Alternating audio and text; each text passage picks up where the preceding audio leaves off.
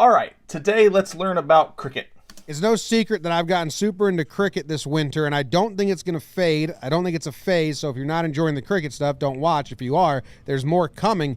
Now, I actually know this much about cricket. I know absolute zero about cricket. I do know that it's played with a wicket or on a wicket. I'm not sure. I know wicket is involved in some way. And I know that the Cricket World Cup is going on right now. That's about the extent of my knowledge. I saw some of the score updates from the World Cup, and I saw that there were teams winning by 200 something runs, and I thought, that's a fascinating score. I want to learn about the sport. So here we are today learning about cricket. Learning the game, but I understand the concept. I lived in Australia and played in the playground a little bit, so I always kind of have. Here's a general breakdown. Now, I'm going to use baseball terms, so all the cricket people, I'm using the wrong terms on purpose. I think it's more relatable for baseball fans to understand.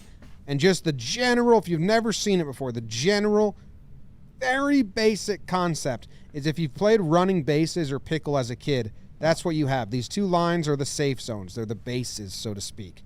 And the wickets are kind of the strike zone or the base.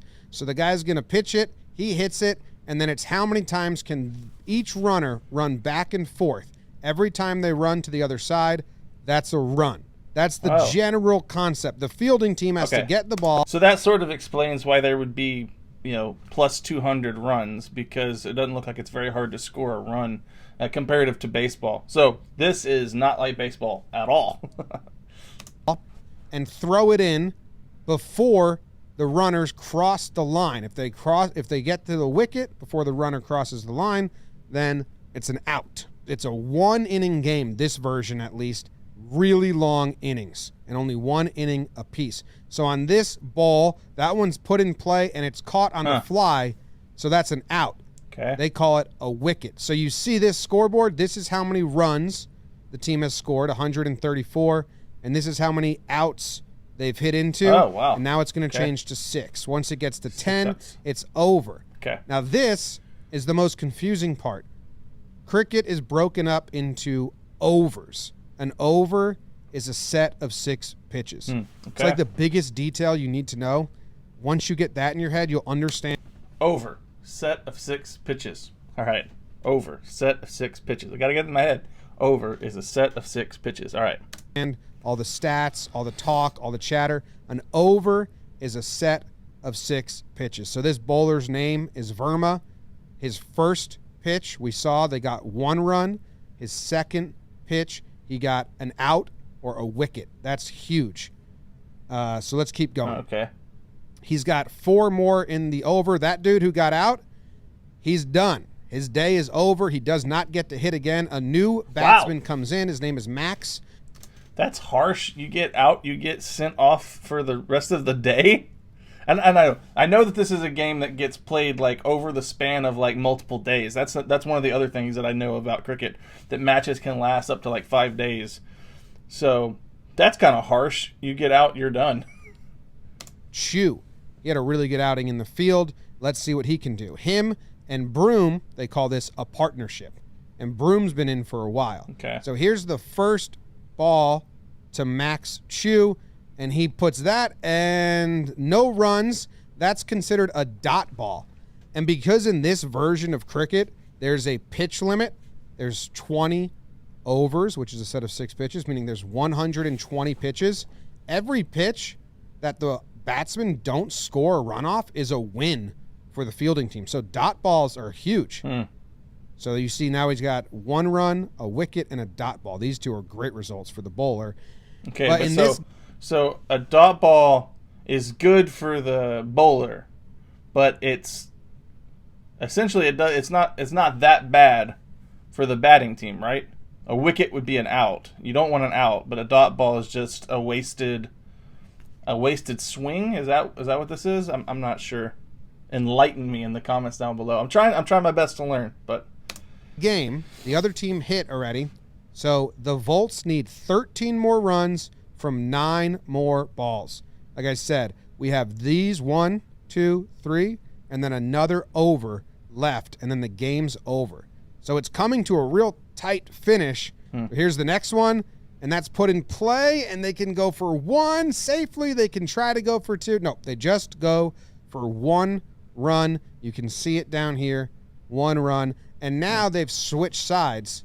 So now the other batsman, Chu hit that one. Now Broom is going to swing at this one, puts that in play, but puts it way too Pop fly. high, and that's caught Out. for another out, another wicket.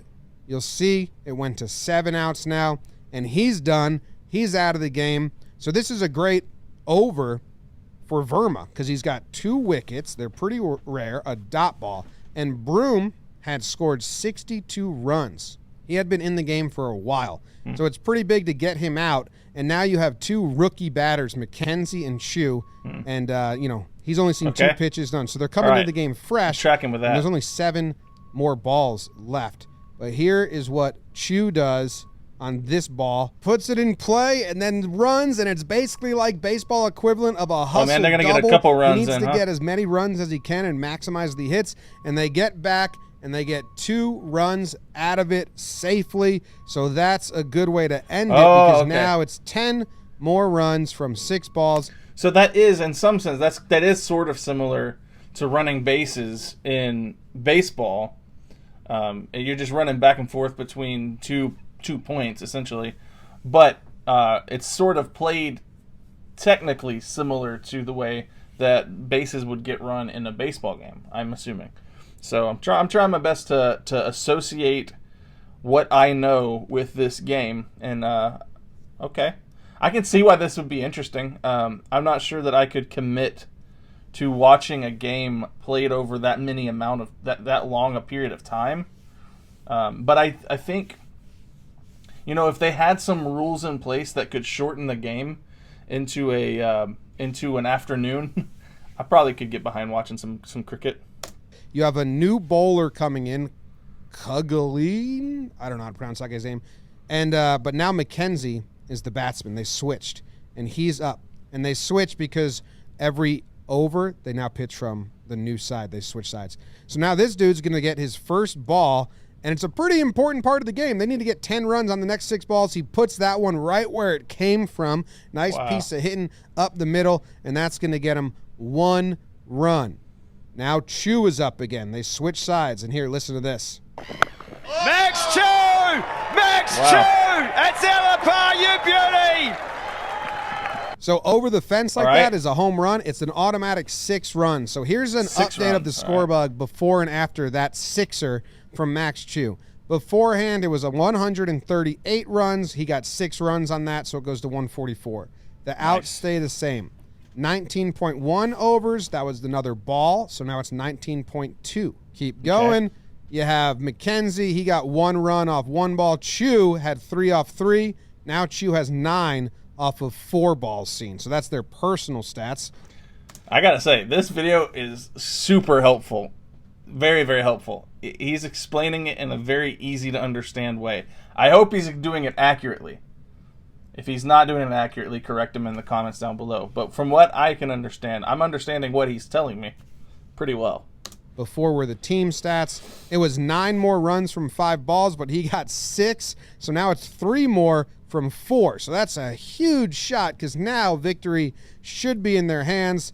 And then this is the overs, and we got a 6 there. And it's not a great start for our dude, Kugaleen, who's now got 1 wicket, but he's allowed 44 runs in 3.2 overs. So let's keep watching, see if the Volts can do it. Max Chu is up again, and this one he's going to pop up in the air. Do they get under it? Do they get under it? No, it drops, and they get 1 more run out of it. So if you look at the way this is bowled, he bounces it really short because he wants it to come up in an area that's not really fun to hit at because he knows he's swinging. They can't afford to not swing. They're just trying to get wickets or get dot balls, and that one is, So I'm not understanding how we're using the terminology wicket. Wicket is an out, right? But is also a wicket that the board where they're standing? I thought they were standing at the wicket. Like there's 2 of them, right? I'm not sure. I'm still not understanding exactly what wicket means. But I know a wicket is an out now. A wicket is good for the defending team, not so good for the batting team. No, that lands. So that's another run. So now you have the rookie up again. He's making his debut in this league, and he needs 2 more runs from the next 3 balls to win it for his team. And what's he going to do? Well, he's going to hit what we consider a walk-off homer. Now, he goes to the short side of the field, a double fist pump, big ol' hugs from the rookies, feeling good. What a way to end it. They win the match. It's over. Wow. Walk-off. So this is the final scorecard. This is the Volts roster. The first batsman, he got 8 runs off 5 balls. The next one, 10 runs off 10. This is they were caught out, so C stands for caught, and then this is the fielder who made the catch. B stands for the bowler who bowled them out or who bowled it out. This dude, Phillips, wasn't caught out. He was bowled out, meaning the bowler just hit the wickets and he was out. And really, you look at this. Broom did all the heavy lifting for them in the 3 So it was a big thing to get Broom out the game, but they still these won. guys, Chu and McKenzie, they never got out. They finished the match. On the other side, we have the other team's bowlers. They used 1, 2, 3, 4, 5. Or the Walker's brothers. They used 5 different bowlers. That's normal because you can't bowl more than 4 overs. That's a rule, so you can't just have one dude do the whole thing. Dots, all of these guys had 10 dot balls. That's pretty good. Runs, our guy Fisher allowed the least 21. He got 2 wickets, so he had the best day out of all these things. So I don't know. Might be too fast for you, might not. If you want to watch it, this league is on ESPN Plus. If you like baseball, you're going to like T20 cricket. I got to assume it's very similar in pace and play and intricacies. And if you All right, so it was like drinking from a fire hydrant. It was a lot of information coming at me very fast, but I will admit that I did quite enjoy what I watched there, and so I think it's a sport worth diving into and learning. I'm impressed.